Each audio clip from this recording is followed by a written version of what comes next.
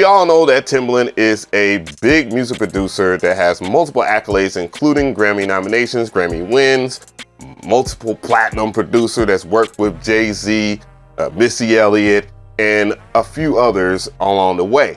He's known for his spectacular production and his signature drums. He always has been known for having the most hard-hitting drums in hip-hop and in music in general. As time goes past, you already know when you are a music producer, you don't stay hot forever. And this is not a slight coming from me, as I am a big Timbaland fan to this very day, even though I'm not a fan of the things that he does business-wise. There is a couple of things that has happened in the past. One of the biggest ones happened to be his associations with a content creator on YouTube known as CLA Woo.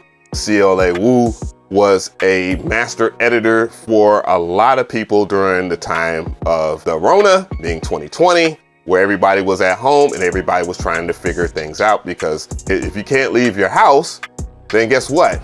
You can't make any money. And if you have to be outside to make money, then you better learn how to make money inside. And that's what everybody was doing around this time. The internet got very popular. Timbaland chose to get into the music production side, where he would offer a service called Beatclub, where Beatclub has a lot to do with his own brand when he is streaming, where he would review people's beats. And who wouldn't sign up for a reaction from Timbaland, even if it was positive or negative? It's still a reaction from Timbaland, which has all these accolades, and you could be a simple nobody to somebody overnight. A lot of people put in money over there, giving them donations on Twitch and stuff like that. However, CLA Woo was the biggest catalyst to his growth during 2020, where he would edit his videos for the free ski, which was his first mistake. The one thing that you should know if you are a business person, or if you're trying to jump into the business with people, what usually starts off free ends up free.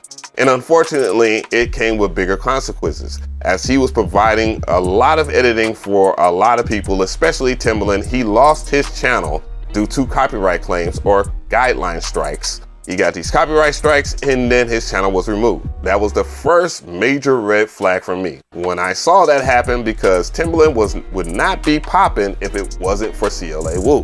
About 6 months ago, I did a video called Beatclub Exposed. Timbaland and Beatclub is cooked, exposed for scamming producers. It was a 22-minute long video where I reacted to a lot of controversy within the producer community, and also addressing the CLA Woo situation. However, he had a bump in with one of his employees that was never paid for his hard work. And as you can imagine, Beatclub being associated as heavily with other brands as well, the money wasn't an issue. So this is Brian J. Berger versus Beatclub Inc. And the following date was April 4th, 2024. Last refreshed September 7th of 2024. So it is long standing. So it's tied up into litigations, as you can tell. File courthouse with Superior Court. Other employment complaint case. This complaint is a legal case filed by plaintiff Brian J. Berger against Beatclub, Timothy Timbaland, Mosley, Gary Morella, again, Bobby Dandroff, Joseph McCoy. So basically, this is for unpaid wages. This is the person, so that if anybody wants to see it, say that I'm faking it or whatever, this is the person that happens to take out the lawsuit here. And you can see that he has Timbaland right here. So this is something that was associated with Timbaland. So this is a clip from one of Timbaland's live streams where he would review people's music or whatnot, just to show that he has done live streams or whatever in the past. And this is the Beatclub arcade winners and all this other stuff.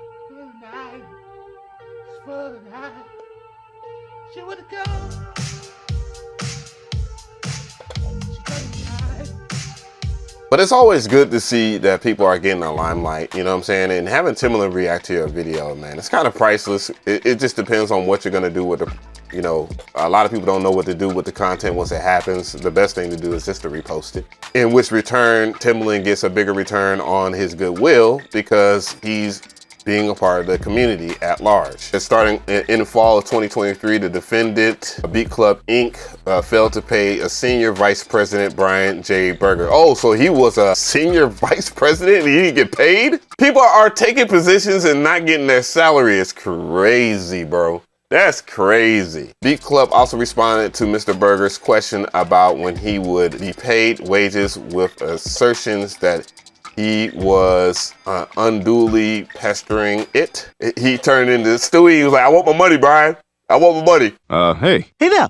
So, it's been 24 hours. Got my money? Oh, you know what? Just give me till next Friday. I'll have it for you. Where's my money? You gonna give me my money? So on February 1st of 2023, Mr. Berger resigned from his employment, effective February 5th. In writing a copy, Beatclub thereafter failed to pay Mr. Berger all of any wages. So he didn't get paid at all. At all? But you took the scene. Man, bro, that's the power of celebrity, dude. A lot of people will take you in as an intern and they will tell you anything. I want to know how many people would want to work with someone if they knew they weren't going to get paid.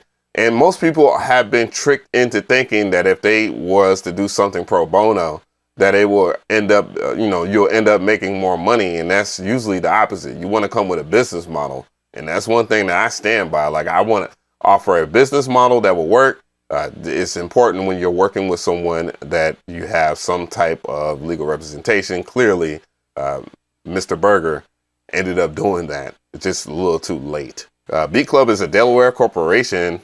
What? A Delaware corporation that had all relevant times, was physically headquartered in and doing business in West Hollywood, Los Angeles County, with West Hollywood being a principal place of business. At all relevant times, defendant Timbaland Mosley, the secretary of Beatclub and all residents of Florida, as well as a shareholder and managing agent of Beatclub, who regularly participated in its operations. So basically what it's saying is that Timbaland was involved with everything that has to do with Beatclub, just in case, Timbaland says, I'm just only associated with that. If you're doing business with somebody or whatever, some people kind of like dip and dodge a lot of legal stuff by hiding behind a limited liability company, a LLC basically, or they will be incorporated and be affiliated with it, get themselves. And honestly, when you are building a business, you should either employ yourself, to your business, meaning that you should get paid what everybody else gets paid, and someone else should handle all the other parts of your business. So when it falls or whatever, the level of association that you have with it, mind you, people use this to get away with shit criminally all the time. It's not cool, but that's the thing about limited liability. People use that as a way to pump and dump. So that's where that terminology comes into, pump and dump business. But it doesn't look like Beatclub is that kind of business. It just looks more like Timbaland used his leverage within the entertainment industry to tell someone, hey, you're working with me, man. This is a big moment for you. This is a look. And then all of a sudden, you get yourself a position or whatever. You feel more a part of it. However, then you start looking at your pockets and you can't make any money. And that's kind of the thing that you got to understand about when you are associating yourself with people. You got to teach them how to make money within the industry in itself, and not so that you're just benefiting off of your brand, your name, and all of your accolades. So this is where they talk about the cause of action, basically how much money he was owed or whatever. So when Mr. Berger resigned, Beatclub owed him wages in the sum to be proven at trial, but believed to be at least $100,000 plus. So when you have a business and you have employees, you're supposed to pay them. And I use employees in quotations because a lot of businesses, what they do so that they don't have to pay anything like unemployment and stuff like that, they have contract workers. Well, a prime example of that is Uber. Uber hires contract drivers. And if we're talking about the recent Lyft situation with the high calorie woman, it was easier for Lyft to get rid of the worker in averse to paying her money because he was acquired as a contract worker. 1099, basically.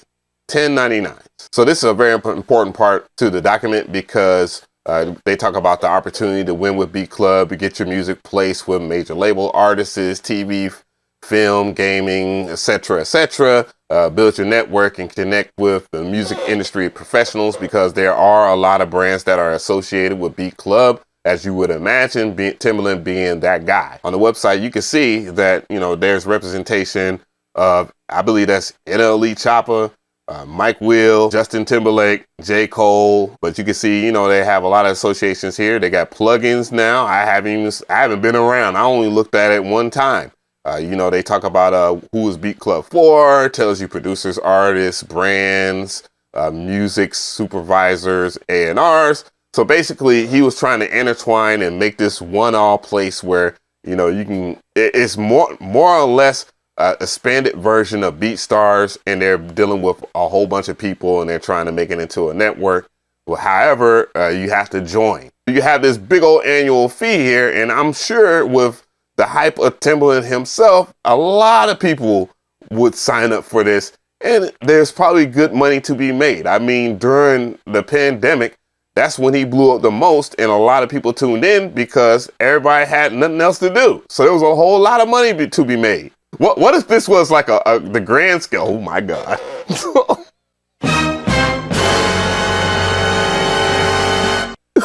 Oh, it's like that Tyrese meme. Oh my God. Oh my God. Oh my God. But yeah, these are the brands that are associated with Beatclub. So if you do remember, and I said this earlier, he did have a interview with Producer Grind where he talked about AI in a positive manner, and that, you know, AI is the future and that he would love AI samples and all this other stuff. And there's been some strong stance within the community about and I mean, in all communities, about AI taking over. A lot of people don't like it. A lot of people think it's going to take jobs and it's making things too simple and easy and all this other stuff. And I feel it from both ends because I've used AI in the past and I still use AI for certain things. Well, other conversation. How you feel about that? Like, you think we got to be worried about over. It's over. They taking our jobs, bruh. AI. Hey, bro, I'm already ahead of it. Artificial intelligence. Yes, what I mean. Like, ain't no AI beats out here. Nigga. Yes, it is. Bruh, I'm gonna tell, but here's a hit. This might be too much gems for y'all. Like I'm always, see, now that I'm like in the world, I'm 8 steps ahead. So I already been on this for a couple of years. I'm like, AI's gonna take over all producers. I'm telling you. This man has a freaking lawsuit with an AI company. So as we segue into this next part right here, man, it is crazy. This is Anthemize. I don't know if I'm saying it right. Anthemize LLC and Beatclub. And this was filed 4 months ago. Oh, no, the case has been refreshed 4 months ago. The case details of the AI lawsuit. The filing date was October 23rd of 2024. Last refreshed October 31st. So Halloween. And it also has been filed through Superior Court. There was a hearing not too long ago, again, October 24, 2024, and the defendants are Beatclub. So the breach of contract, a commercial case represented by Todd Haynes against Beatclub in the jurisdiction of Los Angeles County. My overall opinion on this situation is that I don't think it feels good to work for someone that you admire and then you end up being an intern when they gave you a title. And with that title, there is a promise of some kind of salary. And if someone takes advantage of you just because they don't know what is the proper way to handle business, doesn't mean that you should take advantage of that person. And for a person to have to take you to court in order to get their due diligence in terms of their pay, that speaks volumes about how you are operating the business at hand and its legitimacy. Even if there are brands associated that I rock with, I don't think that they should be associated with him given all this wild stuff that's going on. I mean, you know, do as you will, make your own decisions. Again, I have no association with The Timbaland, I don't have anything against Timbaland at all. I still think that he's a phenomenal music producer. It's just unfortunate that this situation is getting out of hand the way it is, and that, you know, I'm just not making, I wish at this point I was making this shit up.